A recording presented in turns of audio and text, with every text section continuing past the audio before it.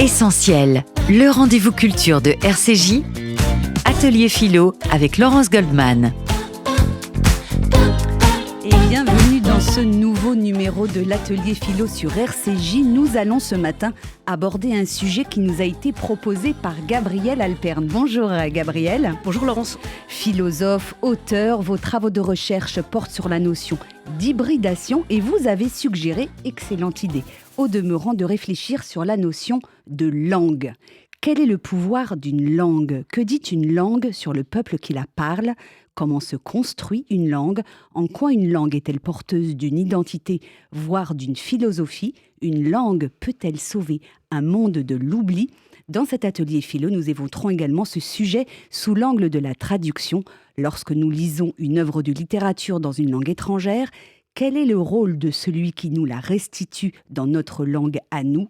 Est-il un passeur ? Est-il un interprète ? Ou parfois, ça peut arriver, un traître involontaire du récit qu'il nous soumet.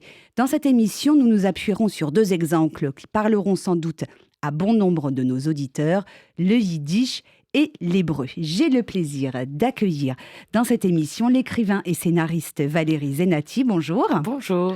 Votre dernier roman publié aux éditions de l'Olivier s'intitule « Qui vive ». Nous allons bien sûr en parler. Vous êtes aussi traductrice, la traductrice en français notamment de l'œuvre du célèbre écrivain israélien Aaron Appenfeld. À vos côtés, Gilles Rosier, bonjour. Bonjour. Un grand plaisir également de vous recevoir sur RCJ. Vous êtes écrivain, directeur des éditions de l'Antilope, spécialiste de la langue et de la culture yiddish. Vous avez traduit de nombreuses œuvres de la littérature yiddish en français, mais vous êtes aussi un fin connaisseur de la langue hébraïque. Gabriel Alperne, pour introduire notre propos, dites-nous ce qui vous a interpellé dans ce sujet de la langue et vous a donné l'idée d'en faire un sujet pour l'atelier philo. Oui, il me semblait important, intéressant de s'interroger sur la question de la langue, de la linguistique, parce qu'en fait, on entend beaucoup parler de communication. Il y a des experts en communication sur tous les plateaux télévisés. Et je trouve que c'est intéressant de revenir à la question philosophique de la langue. Pourquoi est-ce qu'on a besoin d'une langue ? Comment est-ce qu'une langue est un élément structurant d'une société ? Et là, par exemple, citons peut-être un philosophe. C'est intéressant parce que lorsque le philosophe Jean-Jacques Rousseau s'interroge sur pourquoi est-ce que les langues sont nées, il explique qu'effectivement, à l'état de nature, les êtres humains vivaient un peu chacun leur vie de leur côté. Et finalement, il y a à un moment donné un être humain qui a lancé, qui a crié un cri, une plainte, parce qu'il y a une plainte de douleur. Et c'est ça qui finalement était le premier moment de la langue. Et donc finalement, petit à petit, on a fait société. Il y a une sorte un peu de contrat social à partir de là qui a pu se construire. En tout cas, le premier liant, si j'ose dire, c'était la question de la langue.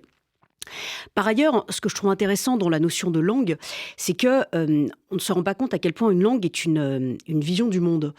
Et là aussi, une autre référence, j'ai beaucoup étudié ces derniers temps l'œuvre de Jacqueline de Romy, et notamment elle travaille sur la langue grecque, et en expliquant finalement comment est-ce que la langue grecque a permis aux Grecs de l'Antiquité justement de pouvoir créer la démocratie, créer la philosophie, etc., etc. Et notamment, par exemple, elle explique qu'il y a beaucoup de conjonctions de coordination en grec.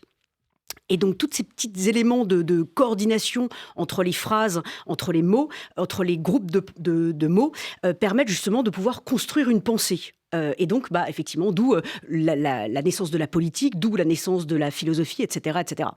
Et enfin, une autre référence, parce que ça m'a toujours amusée, on ne se rend pas compte à quel point une langue peut même être un déterminant dans notre manière d'être en société. Et là, c'est les travaux de Heinz Wiesmann, extraordinaire philosophe, qui a écrit un livre vraiment que je vous conseille, qui s'intitule « Entre les langues ». Et notamment, il explique la différence entre la langue allemande et la langue française. Il explique finalement qu'en allemand, étant donné que le verbe est à la fin, en fait, on ne peut pas interrompre la personne. On est obligé d'attendre qu'elle termine sa phrase pour savoir finalement quel va être le sens de la phrase. Donc, on ne peut pas lui couper la parole. Alors que finalement, en français, on peut beaucoup plus se couper la parole. Il peut y avoir un peu un jeu des jeux de mots, Et il explique notamment, c'est pour ça qu'il y a les salons littéraires ont eu autant en tout cas ont pu autant se développer, parce que justement il y avait ce côté on parle, l'autre enchaîne et l'autre enchaîne et l'autre enchaîne, et donc finalement ce qui a pu être rendu possible en français n'aurait pas pu être rendu possible en allemand, et donc d'où des développements de sociétés qui sont peut-être radicalement différents, pour une simple raison, en fait, qui tient à la langue d'une société, d'un pays, d'un peuple. Donc d'où toutes ces raisons qui nécessitaient eh bien un atelier philo dédié. Alors, une autre question à vous, Gabriel Alpern, avant de passer la parole à Valérie Zenati et Gilles Rosier. Je voudrais faire référence à la philosophe Hannah Arendt, que vous citez fréquemment dans cette émission. Elle a beaucoup réfléchi à cette question de la langue et du langage. Elle a dû quitter, chacun le sait, son pays natal, l'Allemagne, après la victoire des nazis. Elle a appris l'anglais aux États-Unis, où elle a ensuite vécu. La plupart de ses livres ont été écrits en anglais, mais l'allemand, sa langue maternelle, est resté pour elle ce qu'elle a appelé sa patrie. Est-ce qu'on peut dire finalement, Gabriel Alpern, que Hannah Arendt a dissocié sa langue maternelle, l'allemande, de la terre allemande et de la patrie allemande, du peuple allemand, coupable du génocide du peuple juif? Alors, c'est une langue, c'est une question qui est difficile. Pour le coup, il y a eu une sorte un peu de débat d'idées entre des écrivains, des poètes, des intellectuels, effectivement, après la guerre. Certains ont complètement abandonné la langue allemande, d'autres ont continué, effectivement, à écrire en allemand. Je pense notamment aussi à cette poétesse Nelly Sachs, où elle, en fait, pendant 15 jours, elle a été muette. Voilà. Elle n'a plus pu prononcer un mot, parce que justement, elle avait besoin de stupéfaction avant, effectivement, de pouvoir reprendre la langue allemande. Donc, effectivement, c'est une question qui est très, très difficile. Mais finalement, ce que je trouve intéressant chez Hannah Arendt, qui, elle, pour le coup, a continué, notamment à se servir de la langue allemande, c'est que, en fait, elle explique notamment que dans la question de la Shoah, le problème, en fait, c'était pas tant la langue allemande. Finalement, il n'y a pas de culpabilité de la langue allemande en tant que telle. En fait, le sujet de la Shoah, et en tout cas, c'est comme ça, notamment aussi en tout cas, c'est un élément qu'elle apporte dans son livre sur le procès Eichmann. En fait, le problème, c'est pas l'allemand, en fait, c'est l'humanité quand elle cesse de penser. Voilà. Et donc, c'est ça qui fait que, elle se situe finalement d'un point de vue universel, et pas d'un point de vue les Allemands. Voilà. Donc, d'où effectivement, du coup, cette possibilité pour elle de pouvoir continuer à s'exprimer en allemand. À l'inverse, Valérie Zenati, Aaron Appelfeld, lui, il a marqué une rupture totale entre sa langue maternelle qui était l'allemand, et il s'est approprié l'hébreu comme une nouvelle langue maternelle, une langue d'adoption. Oui, une langue maternelle d'adoption, disait-il. Alors, Aaron Appelfeld était plus jeune que Hannah Arendt, donc la guerre a éclaté lorsqu'il avait 8 ans. Et donc, il avait encore... l'allemand était sa langue maternelle, mais c'était un langage d'enfant. Lui considère qu'il a été muet quasiment pendant toute la guerre, parce que paradoxalement, là où il vivait, en Roumanie à l'époque, aujourd'hui en Ukraine, l'allemand était la langue des Juifs principalement, et donc parler allemand l'aurait dénoncé en tant que juif, ce qui est un énorme paradoxe. Mais après-guerre, lorsque il s'est retrouvé orphelin, ou dans la condition d'un orphelin, puisque sa mère avait été assassinée et son père avait disparu, il l'a retrouvé plusieurs années plus tard. Il a été emmené en Israël comme tant d'autres orphelins, et déjà là, il n'a pas eu tant de choix que ça, parce que Israël de l'époque, qui est en train d'advenir politiquement, était extrêmement idéologisé, avec une idéologie sioniste, et dont peut-être l'un des premiers commandements, c'était « Ivrit daber ivrit », donc les Hébreux devaient parler hébreu, et on lui a appris, il a appris l'hébreu, on lui a appris l'hébreu, et il n'avait certainement pas suffisamment d'allemand pour commencer à écrire en allemand. Mais outre cela, ce qu'il a toujours dit, c'est que lorsqu'il a commencé à chercher sa langue d'écriture, il a hésité entre le yiddish et l'hébreu d'ailleurs, il a compris, au-delà de considérations linguistiques ou même politiques, que son expérience devait être racontée dans une langue juive. Et donc, soit le yiddish, soit l'hébreu. Et par ailleurs, ça c'est quelque chose qui m'est venu à travers la discussion et la réflexion, il a pu écrire dans une langue qui n'avait pas été, en quelque sorte, contaminée par la catastrophe et par les assassins. C'est-à-dire l'allemand, qui était pourtant donc sa langue maternelle, a été contaminé par la catastrophe. Il y a des termes, des mots qui ont pris un sens nouveau. Je pense que le mot « Führer », dans les années, je ne sais pas, au début du XXe siècle, « Führer », c'était un guide, point. « Führer », a pris une autre connotation. Même le mot Arbeit, le travail, a pris une autre connotation. Le mot Lager, un camp. Et donc, tous ces mots qui avaient été contaminés, qui portaient les échos de la catastrophe, étaient impossibles à prononcer. Et l'hébreu ne portait pas cette marque-là. C'était pas la langue dans laquelle la catastrophe s'était produite. C'était pas la langue des assassins. Et donc, permettait peut-être une distance qu'il estimait nécessaire pour écrire, parce qu'il disait toujours, de toute façon, on ne peut pas écrire sur Auschwitz, parce que les mots se consument lorsqu'on s'approche trop près du lieu de la mort et de la destruction. Donc, ce choix s'est fait pour des raisons aussi pratiques, on va dire, parce qu'il était très jeune et qu'il ne maîtrisait pas suffisamment l'allemand. Et d'ailleurs, des gens de ma connaissance qui parlent allemand et qui ont parlé allemand avec Aaron Appelfeld vers la fin de sa vie me disaient qu'il avait un allemand très enfantin. Et assez archaïque. Il n'avait pas mené d'études par la suite. Il n'a pas continué de le pratiquer. Alors que l'hébreu, il a pratiqué et il en a fait sa langue maternelle d'adoption. En revanche, vous dites qu'il a hésité à un moment à écrire peut-être en yiddish. Oui, il a étudié le yiddish à l'université hébraïque de Jérusalem. Et comment il a arbitré finalement? Parce que l'hébreu était devenu sa langue à lui dans le pays. Alors en fait, quand il a commencé à apprendre l'hébreu en Israël, c'était dans le cadre donc, des mouvements des jeunesses sionistes, des villages agricoles pour la jeunesse. L'hébreu qu'on lui enseignait était un hébreu moderne, évidemment, et qui était irrigué par le sionisme. Donc c'était une langue à l'impératif, qui était truffée de slogans, il n'y avait peut-être pas beaucoup de nuances dans cette langue.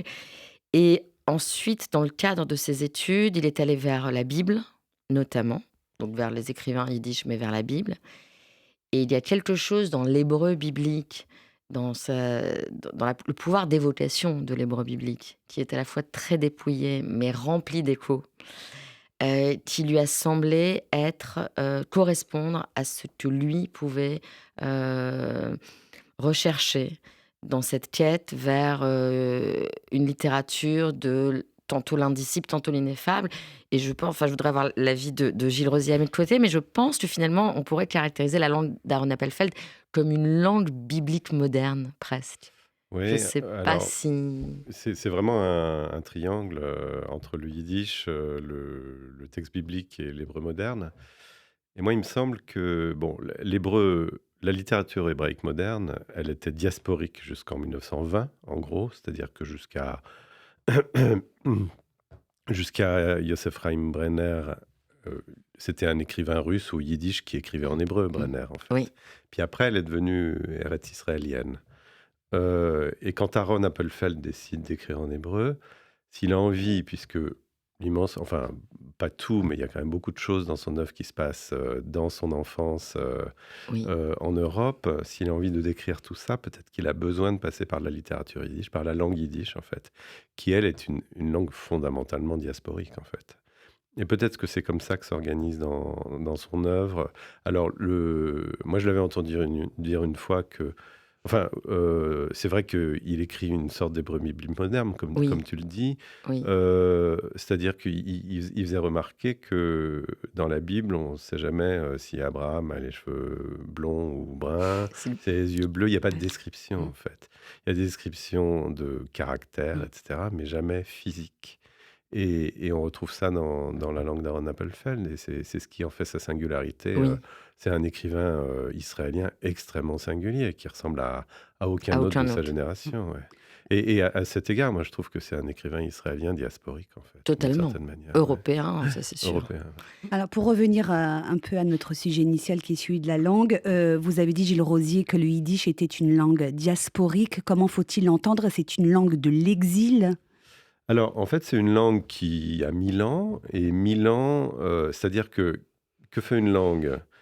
Elle permet à une personne, dans un certain contexte, de s'exprimer. Donc, en fait, la langue yiddish, c'est la langue d'expression des juifs ashkénazes en Europe depuis 1000 ans. Donc, en fait, assez souvent, quand j'étais un grand militant du yiddish, et notamment quand il y avait des juifs laïcs, c'est moins le cas à l'heure actuelle, mais il y a 20-30 ans, il y avait beaucoup de juifs laïcs qui s'interrogeaient de savoir qu'est-ce qu'ils allaient pouvoir transmettre aux générations suivantes. Et je leur disais, mais transmettez une langue, parce que la langue yiddish, c'est merveilleux pour exprimer l'identité juive de diaspora. Et on l'a vu d'ailleurs dans les 20-30 dernières années, il y a des jeunes écrivains qui écrivent en yiddish, il n'y en a pas énormément, mais il y en a, mais qui souvent écrivent aussi dans une autre langue, en russe, en anglais, en hébreu. Mais ce qu'ils écrivent en yiddish, ils ne pourraient pas l'écrire dans leur langue. Parce que ils ont besoin d'exprimer en yiddish des choses qui ont trait à leur âme juive profonde, je dirais. Que nous dit la manière dont s'est forgé le yiddish sur l'identité juive ashkénaze En préparant cette émission, je pensais à des proverbes yiddish que je ne dirais pas en yiddish parce que je suis trop nulle, mais en tout cas qui sont vraiment symptomatiques de l'état d'esprit des communautés juives ashkénazes à un certain moment. Par exemple, c'est difficile d'être un juif. Oui, Je vous laisse le dire. Bon, c'est schwer zu sein Yid. Ouais. Et Bon, à l'inverse, on a heureux comme un juif en France. oui, oui. Alors, en fait, les proverbes, c'est vraiment l'âme d'une langue et d'un peuple, en fait. C'est la sagesse populaire qui s'exprime. Donc, effectivement, les proverbes, ça dit beaucoup de l'existence en diaspora. Il y a toute la relation avec le monde non juif qui passe aussi, qui est une relation extrêmement ambivalente, à la fois de coexistence, mais de concurrence, de méfiance parfois, et de confiance à d'autres, etc. Donc, oui, dans le yiddish, il y a tout ça. Est-ce que, Gabriel Alpern, le yiddish est une langue hybride, qui est votre sujet De prédilection. de prédilection ouais. Oui, alors effectivement, c'est pour ça que je m'intéresse particulièrement à cette langue. Moi, effectivement, voilà, donc ça fait près de 15 ans que je travaille sur cette question de l'hybridation, cette espèce de mariage improbable. On met des mots, des langues, des arts, des sciences, voilà, et à partir de là, il y a quelque chose de nouveau, de radicalement nouveau qui naît. Effectivement, la langue yiddish est un très bel exemple d'hybridation, avec son côté effectivement nomade, son côté effectivement contradictoire aussi, parce que c'était une langue, enfin, d'ailleurs on le voit même dans la littérature yiddish, qui était parfois un peu méprisée. C'était la langue des bonnes femmes, voilà, ou très populaire, donc elle était un peu méprisée. Une langue aussi où finalement, et ça je trouve ça très intéressant quand on lit, ça se trouve dans plein de romans de la littérature yiddish, où finalement on évalue le degré d'intégration ou d'assimilation des juifs justement par rapport à cette langue. Il y a ceux qui parlent le yiddish, il y a ceux qui parlent allemand avec des mots yiddish, il y a ceux qui parlent allemand avec un fort accent yiddish, et puis il y a ceux qui parlent allemand sans accent yiddish. Donc c'était intéressant en fait de voir voilà, à quel point c'est une langue finalement qui fait aussi marqueur. Et il y a quelque chose que je trouve intéressant dans ce côté contradictoire, qui du coup qui est le côté aussi hybride de la chose, c'est que c'est une langue qui se voit. Gilles vient d'en parler, ces images qu'il y a, les proverbes. Et ça, je suis tombée récemment sur un critique d'art, notamment qui parle de l'œuvre de Chagall. Et en fait, c'est étonnant, j'avais jamais vu les tableaux de Marc Chagall comme ça, mais en fait, en disant que finalement, dans les tableaux de Chagall, il y a parfois dessiné un peu l'espèce soit des proverbes en yiddish, avec une espèce de poule, de coq, enfin, on ne sait pas vraiment d'où ça débarque. Une vache qui vole au-dessus du toit, il y a une expression qui dit une vache a volé au-dessus du toit. À Kies geflogen ibn Dach, voilà. Exactement. Et donc, je trouve que c'est extraordinaire de se dire c'est une langue qui se voit, qui ne fait pas que s'entendre ou se parler, mais c'est une langue qui se voit. Donc ça, je trouve que c'est intéressant. Et là, c'est un livre que je suis en train de lire justement dans votre maison d'édition, de Yitzhak Peretz, Histoire des temps passés et à venir. Effectivement, l'idée c'est il fallait tous ces écrivains de la littérature yiddish, en fait, on crée des métaphores, on crée des images, pour pouvoir nourrir cette langue, agrandir, augmenter cette langue, justement pour que, et là je reprends ces mots, pour qu'aucun écrivain ne se sente à l'étroit. Voilà. Et je trouve ça magnifique de se dire finalement, on n'est pas enfermé dans une langue, ou en tout cas une langue ne devrait pas nous enfermer. Au contraire, il ne tient qu'à nous de l'augmenter, de l'agrandir, de l'enrichir. Donc voilà, c'est tout ça qui fait que c'est une langue très hybride. Et je terminerai avec une phrase de Primo Levi. Dans un entretien, il dit « Penser qu'il existe une langue pure est une folie. » Voilà. Et la langue yiddish, et d'ailleurs il l'exprime, il le dit comme ça, la langue yiddish est une langue hybride, parce que justement, il y a ces mots bigarrés, ces mots qui ont voyagé, ces mots un peu mélangés. Et donc, c'est ça justement qui fait toute la beauté d'une langue. Alors, si on peut pousser la comparaison avec la langue allemande, en fait, pendant très longtemps, la langue allemande, elle se construit par mots composés, en fait. C'est-à-dire que son réflexe de base, jusqu'au nazisme, ça a changé depuis largement, mais son réflexe de base, c'est d'aller puiser dans son corpus de racines pour faire des mots composés et pour créer de nouveaux mots. Alors que le yiddish fonctionne beaucoup moins de cette manière. Le yiddish, il a tendance à piquer un mot de la langue d'à côté ou de l'hébreu. Et du coup, on se retrouve avec de nombreux synonymes en yiddish, dont un est d'origine hébraïque, l'autre d'origine germanique, le troisième d'origine slave. Il y a des mots d'origine romane aussi. Enfin, c'est vraiment... le yiddish ne s'embarrasse pas de savoir si c'est pur, en fait.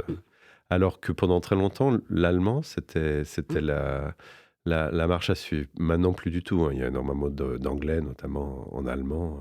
Et je pense que c'est une réaction par rapport au nazisme, justement. Valérie Zenati, vous voulez rajouter quelque chose sur le yiddish, alors, qui n'est pas une langue que vous parlez, Non. mais que peut-être justement à travers Aaron Appelfeld, vous avez quand même approché sur Alors, cet univers mental. Alors, pas uniquement. Alors, il y a deux choses. D'abord, oui, alors ce qui me frappe lorsque je traduis Aaron Appelfeld, j'ai pris conscience assez tôt du fait qu'il écrit en hébreu, mais des histoires dans lesquelles les personnages ne parlent pas hébreu en réalité, même si c'est écrit en hébreu.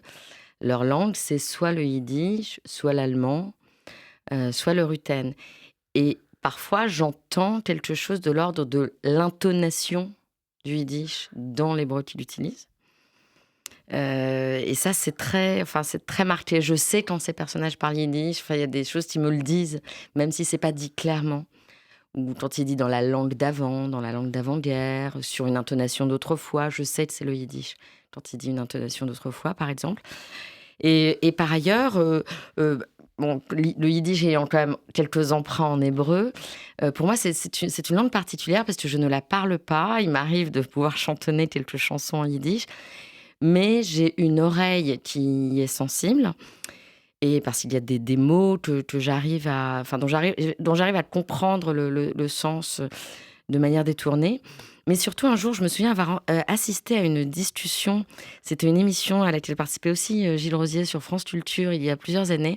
Et il y avait aussi Eri De Luca et Oui. Aaron Appelfeld, et Rachel Hertel aussi, il me semble. Et à la fin de l'émission, Eri De Luca et Aaron Appelfeld ont eu une discussion en yiddish. Et j'ai compris tout ce qu'ils disaient. Et je l'ai dit ensuite à Aaron Appelfeld, et il m'a dit « Mais tu sais, un être ne parle jamais qu'une seule langue, finalement.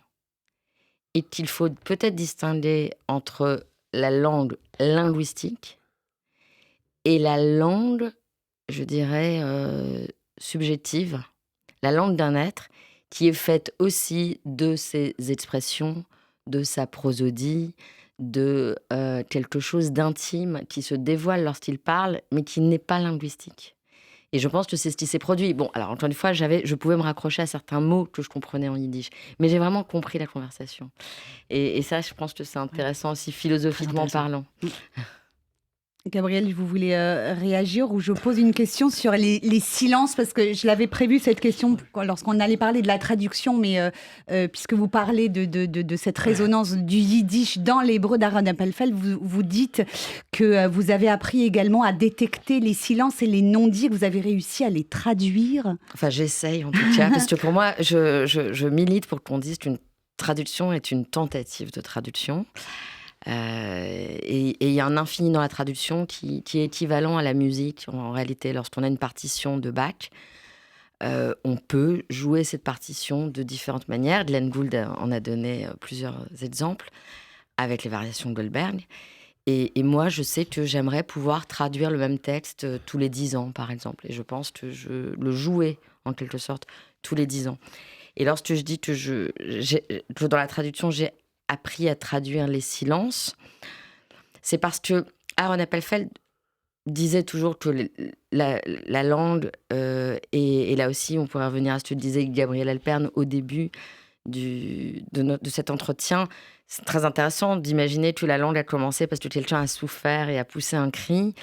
Aaron Appelfeld disait que la langue est toujours en deçà du silence, c'est-à-dire que le silence est plus éloquent que la langue. Et il m'a appris effectivement à tendre l'oreille au silence.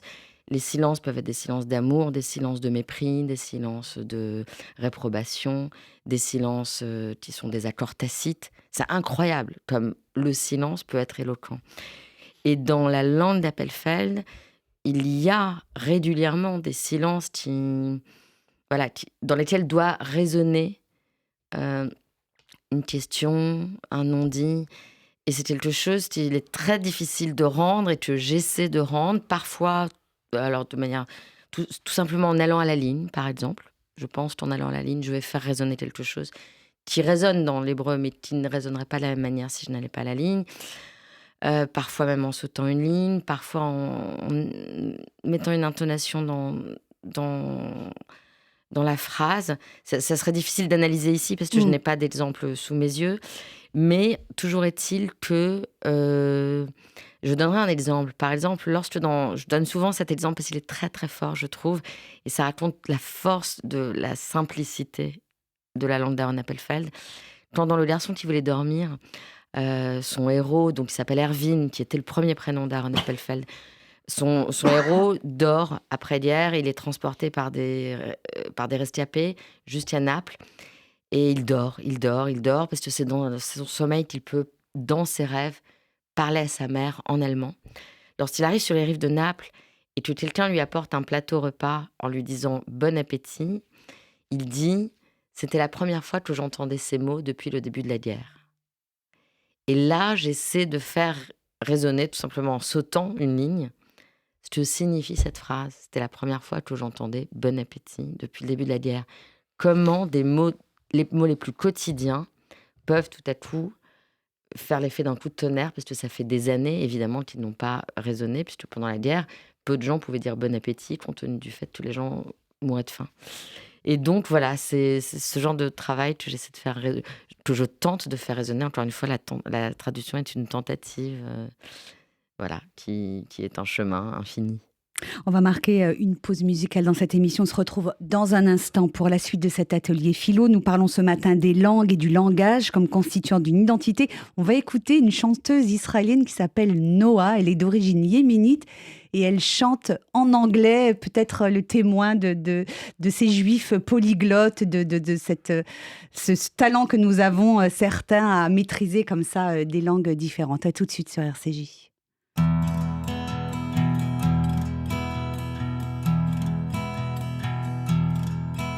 Smile without a reason why. Love as if you were a child. Smile no matter what they tell you. Don't listen to a word they say, 'cause life is beautiful that way. Tears, a tidal wave of tears, light that slowly disappears. Wait before you close the curtain. There's still another game to play, and life is beautiful that way.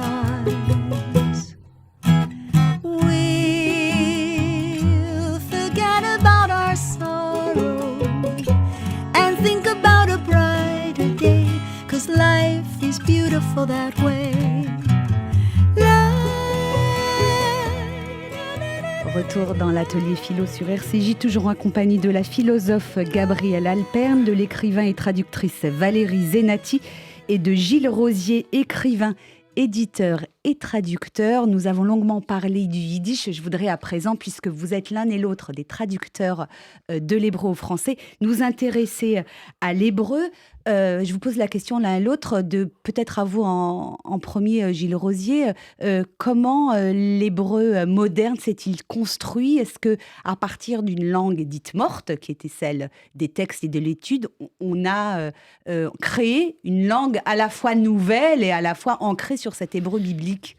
Alors, une langue morte, c'est un peu exagéré.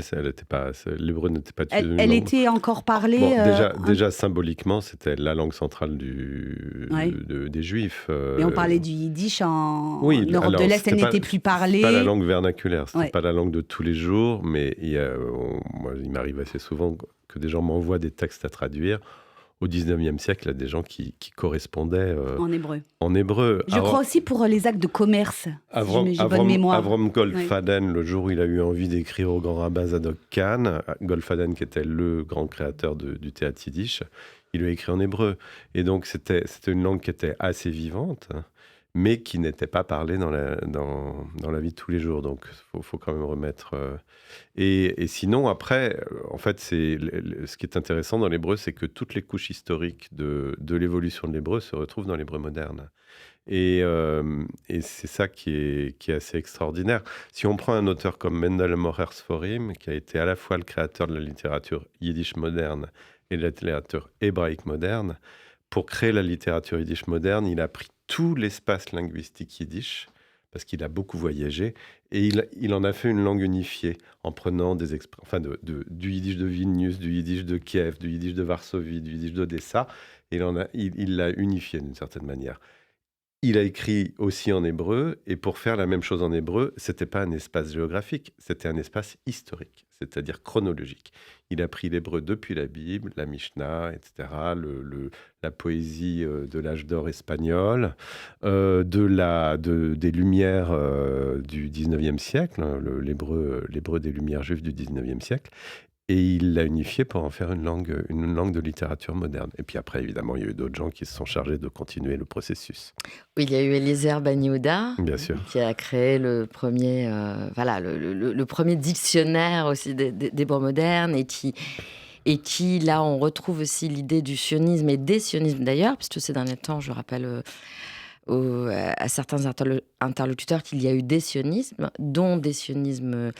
il y a eu des sionismes religieux, des sionismes non religieux et des sionismes culturels qu'on retrouve chez quelqu'un comme un personnage comme Echad Ha'am.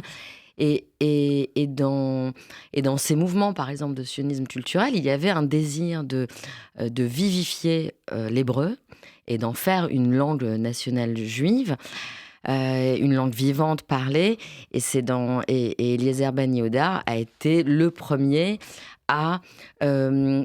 donner un sens moderne à certains mots bibliques, à forger des nouveaux mots à partir de racines, enfin l'un des premiers à formaliser ça.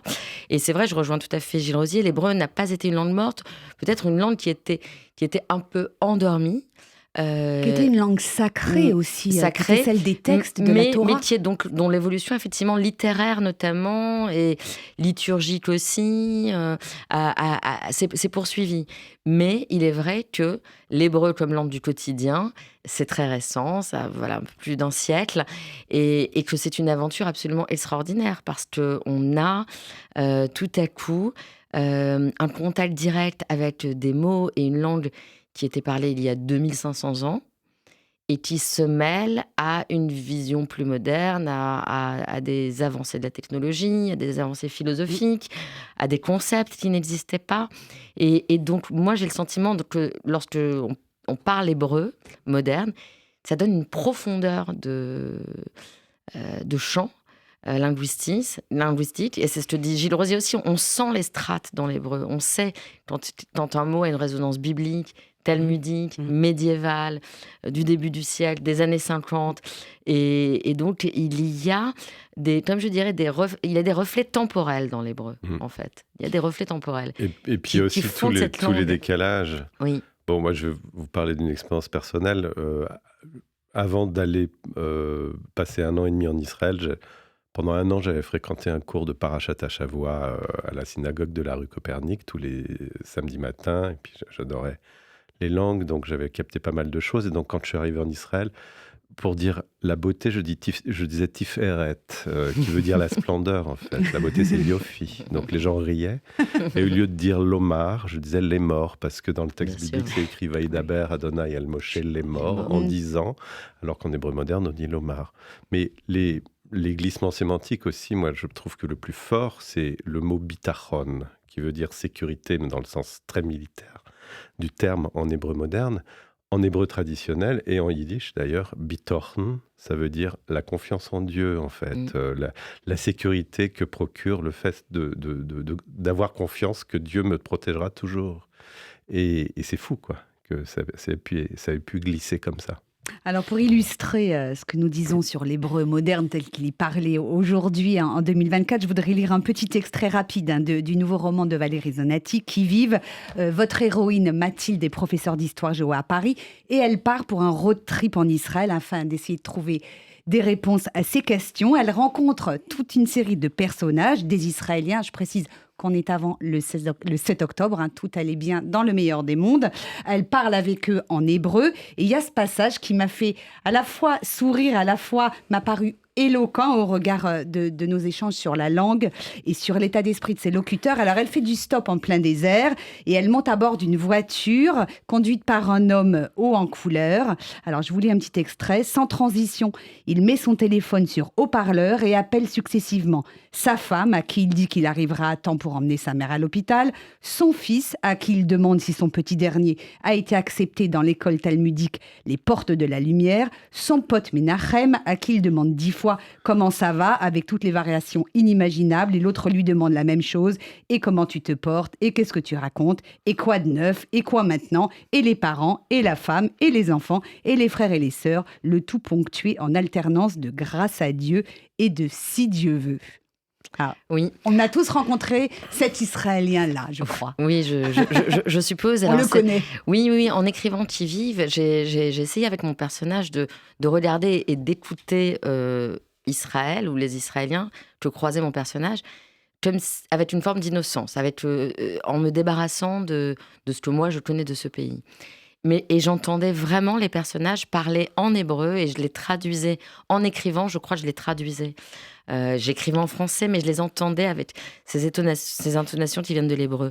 Je me suis aperçue qu'ils parlent tous quand même beaucoup, qu'il y a une occupation de l'espace sonore par la parole en Israël qui est assez phénoménale. Ce qui m'a frappé, moi, quand je suis allée début novembre en Israël, c'est que le niveau sonore du pays avait considérablement baissé. Les gens parlaient beaucoup moins et beaucoup moins fort.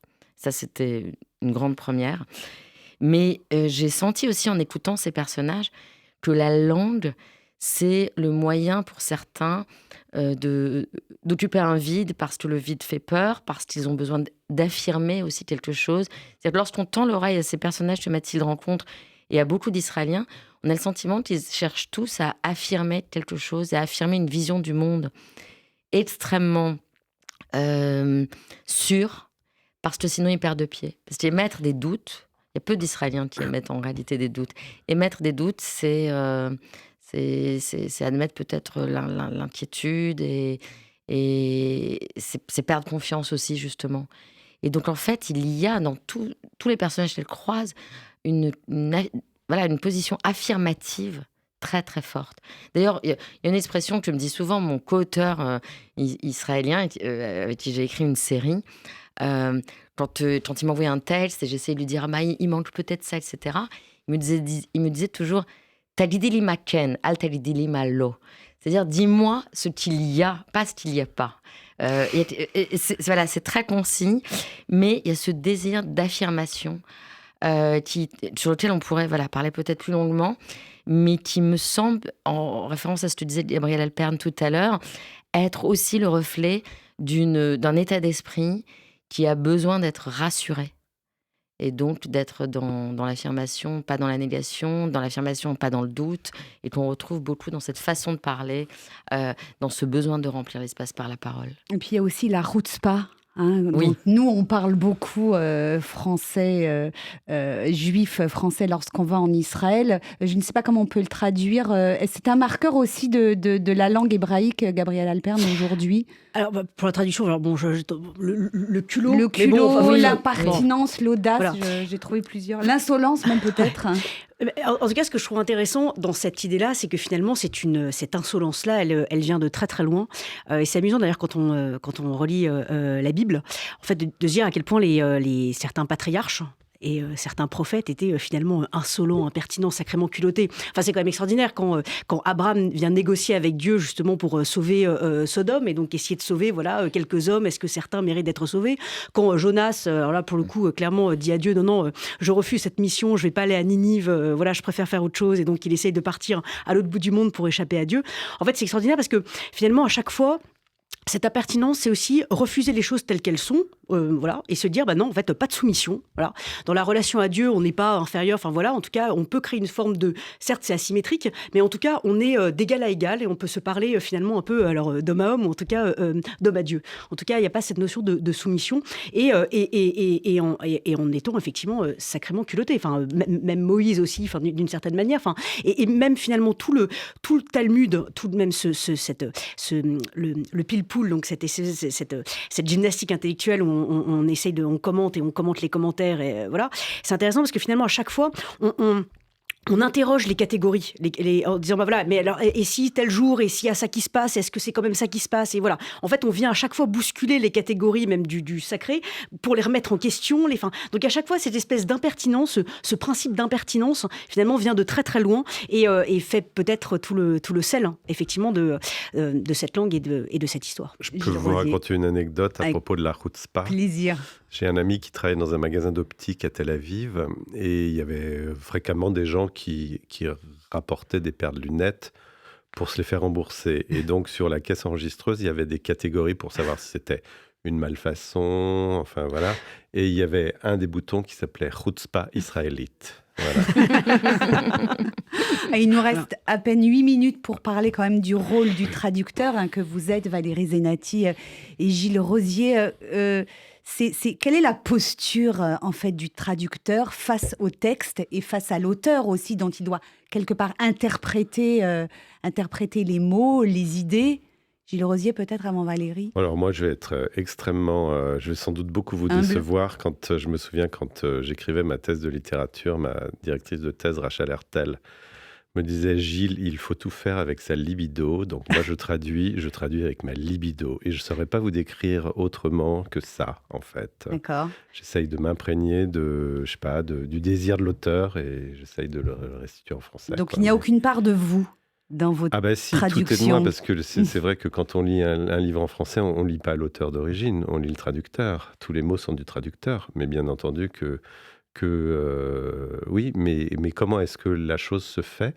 Je ne saurais pas vous dire. Et quand il m'arrive de relire des traductions, parce que je suis invité notamment à animer un atelier de traduction, donc de temps en temps, je prends une traduction que j'ai faite moi, 10 ans après, et je me dis, mais je ne retraduirais pas du tout de la même manière. C'est ce que tu disais tout à l'heure, Valérie.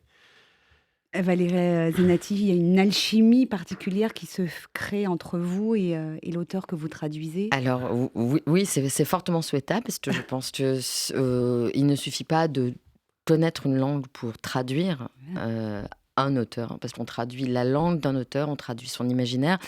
Moi, je pense que je procède lorsque je traduis comme lorsque j'écris, mais je m'appuie sur le texte, c'est que j'ai besoin d'entendre et de voir. Donc, lorsque j'écris mes propres livres, il faut que j'entende et que je vois mes personnages. Sinon, il n'y a pas de vie. Sinon, c'est du concept. Voilà. Enfin bref, c'est de la fabrication. Et lorsque je traduis, je tends l'oreille. Donc, je dis que je traduis beaucoup à l'oreille. Je tends l'oreille au texte et je le fais passer par ma voix pour restituer au plus près ce que j'entends dans une langue. Et faire surgir les images que moi je vois lorsque je lis le texte, les faire surgir à travers le français. Ensuite, il y a toute une question de musicalité que j'essaie de restituer aussi. Mais je dirais, comme Gilles, moi j'ai pas de théorie sur la traduction, mais il me semble que c'est très important quand vous parliez de posture. D'abord, il faut dire que ça fait vraiment très mal au dos de traduire parce que on est, voilà, en général, on a 2 textes quand même. Donc, moi, je milite aussi pour que dans les contrats de traduction, il y ait un contrat avec des séances d'ostéopathie, j'avoue. Et je dis ça pas uniquement pour plaisanter, mais parce que je sens que c'est extrêmement physique. C'est-à-dire que le texte passe par mon corps et je le restitue dans une sorte d'engagement corporel lorsque je suis dans un texte d'Aaron Appelfeld et je viens de commencer ma prochaine traduction, donc il y a 15 jours. Le personnage est à ce moment-là dans un train en Europe. Je suis avec lui dans ce train en Europe au moment où il y est. Donc c'est un voyage du corps, de l'esprit, c'est un voyage temporel. C'est le moment où mon corps contient l'hébreu et le français en même temps. Et il y a ce moment que je trouve extraordinaire lorsque les 2 langues font ce qu'elles ne devraient pas faire a priori, mais elles semblent à un moment donné se toucher. L'hébreu et le français semblent se toucher à un moment en moi. Et ça, c'est quelque chose qui, moi, que je recherche, c'est un plaisir que je recherche, parce que j'ai été déchirée, j'ai été arrachée au français en allant vivre en Israël à l'âge de 13 ans. J'ai plongé dans l'hébreu à ce moment-là, et que ce moment où l'hébreu et le français sont présents en moi, c'est un moment dans lequel j'ai le sentiment qu'il y a, comment dire, une blessure de la langue qui se dérobe, parce que la langue parfois se dérobe, qui se guérit à travers la traduction. Et c'est quelque chose que j'aime beaucoup, éprouver. Alors, cette histoire de visualisation, maintenant que Valérie en parle, ça m'inspire. Quand même. Au-delà de la libido. Je me suis rendu compte que quand je visualisais pas tout à fait ce que j'étais en train de traduire, c'est que j'avais pas tout à fait compris, en fait, que j'étais pas allé au bout de ce que l'auteur voulait dire. Et effectivement, quand à un moment donné, je me dis, mais là, il se passe quoi dans cette scène? C'est que j'ai pas tout à fait compris, donc il faut que je reprenne ma copie. Et lorsque vous dites que vous traduiriez différemment 10 ans plus tard une même œuvre, c'est-à-dire que c'est l'époque qui a changé, donc éventuellement le regard ou la lecture qu'on fait d'un texte a changé au regard des événements, ou est-ce que c'est parce que vous-même avez mûri, avez vécu d'autres expériences? Je pense que c'est le rapport à la langue qui change. Ouais. C'est-à-dire qu'on a un rapport... Enfin, je pense que dans nos vies, il y a 2 choses fondamentales qui évoluent. C'est pas la sensibilité, c'est peut-être même pas l'intelligence, c'est le rapport au temps et le rapport à la langue. Et donc, moi, mon rapport à la langue est en mouvement permanent. Et donc, je ne traduis pas radicalement différemment. J'ai fait cette expérience j'ai révisé ma première traduction, la traduction d'Histoire d'une vie, premier titre que j'ai traduit en 2004 et que j'ai révisé pour la réédition lors des 30 ans de l'Olivier, quasiment 17 ans après, 18 ans après.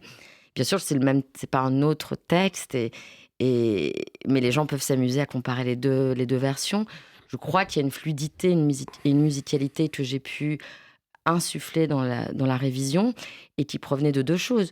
De ma fréquentation assidue avec l'œuvre d'Aaron Appelfeld depuis 2004, puisque c'était les débuts à l'époque, et que j'avais traduit 11 livres depuis, et par ailleurs, peut-être d'une souplesse de mon français acquise à travers l'écriture, la traduction, la réflexion sur la langue, et donc quelque chose dans mon rapport à la langue qui s'est étoffé depuis, comme un musicien qui évolue dans sa pratique et dans son écoute de la musique. Moi, je peux vous donner un Un exemple. dernier mot, après, on passera la parole à Gabriel. Ma première co-traduction, c'était des poèmes de Tsilia Drapkin avec Viviane Simon. Et dans un poème, il était question d'un cygne noir, un volatile un peu inquiétant. Et Viviane a proposé qu'on le traduise par l'aigle noir. Donc, si Barbara n'avait pas écrit sa chanson, on ne l'aurait pas traduit par l'aigle noir. Gabriel Alperne, c'est vous qui allez conclure. Qu'est-ce que cette figure de traducteur vous évoque à la philosophe que vous êtes? Oui, je trouve que c'est important d'en parler parce que la figure du traducteur souffre effectivement d'une terrible injustice, une espèce d'angle mort. On ne les cite pas souvent, on va souvent citer effectivement l'écrivain, mais voilà, le nom du traducteur est tu, voilà. Et c'est terrible parce que, et puis sans compter effectivement, oui, une forme de suspicion, de méfiance, le fameux proverbe « traduire c'est trahir ». Enfin voilà, donc il y a une espèce de petite musique physique, comme ça, une sorte de méfiance qui accompagne toujours le rôle du traducteur. Et c'est terrible parce qu'effectivement, en vous écoutant tous les deux, on voit à quel point le traducteur est une magnifique figure de l'entre-deux, justement, alors pour le coup, de l'hybridation, puisqu'il s'agit bien justement d'hybrider, en tout cas de passer de créer des ponts entre des mondes, entre des imaginaires, des représentations, même des visions du monde qui sont portées par des langues différentes. Et c'est là où, en fait, et c'est ce que je trouve fascinant en vous écoutant, c'est qu'à l'heure où justement ChatGPT et l'intelligence artificielle générative veut essayer de nous dire c'est bon, on n'a plus besoin d'apprendre des langues étrangères, maintenant on pourra tout traduire automatiquement, voilà. On voit bien qu'en fait il ne s'agit pas de traduire que des mots, il s'agit de traduire un imaginaire, un esprit, et ça pour le coup on a besoin d'êtres vivants qui vont justement se faire un peu mal au dos pour pouvoir justement faire coexister ces langues. Oui. Merci. Oui, un dernier mot, Valérie Zenati? Non, merci beaucoup. Enfin, on pourrait... Oui, on pourrait en parler longtemps, mais je vous invite à revenir quand vous voulez. Faire un marathon de 24 heures sur la traduction. Sur la traduction et sur le langue. Merci beaucoup, Valérie Zenati. Qui vive, votre dernier roman, s'est publié aux éditions de l'Olivier. Gabrielle Alperne, on vous retrouve chaque mardi pour votre chronique philo. Votre ouvrage de référence, Tous Centaures éloge de l'hybridation, c'est aux éditions du Pommier. Gilles Rosier, merci à vous également. Quels sont les ouvrages à paraître prochainement dans votre maison d'édition L'Antilope? Il y a celui que vous avez entre les mains, L'ombre pâle, qui paraît fin août, de David Naïm. Donc, livre de la très rentrée. Belle histoire de deux Thalys emmêlés. Et je voudrais juste évoquer la traduction que je suis en train de faire en ce moment, qui paraîtra en mars 2025. Le 3e roman de Rachel Chalita, qui va sans doute s'appeler Leur langue à eux, une petite fille qui décrit comment ses parents en Israël, au-delà de l'hébreu, avaient leur langue à eux, qui était très matinée de yiddish. Voilà. Merci infiniment. Je rappelle que cet atelier philo est à réécouter en podcast sur notre site internet ainsi que sur toutes nos plateformes de diffusion. Restez avec nous sur RCJ dans un instant. Place à l'information avec RCJ Midi. Excellente journée à tous à l'écoute de nos programmes.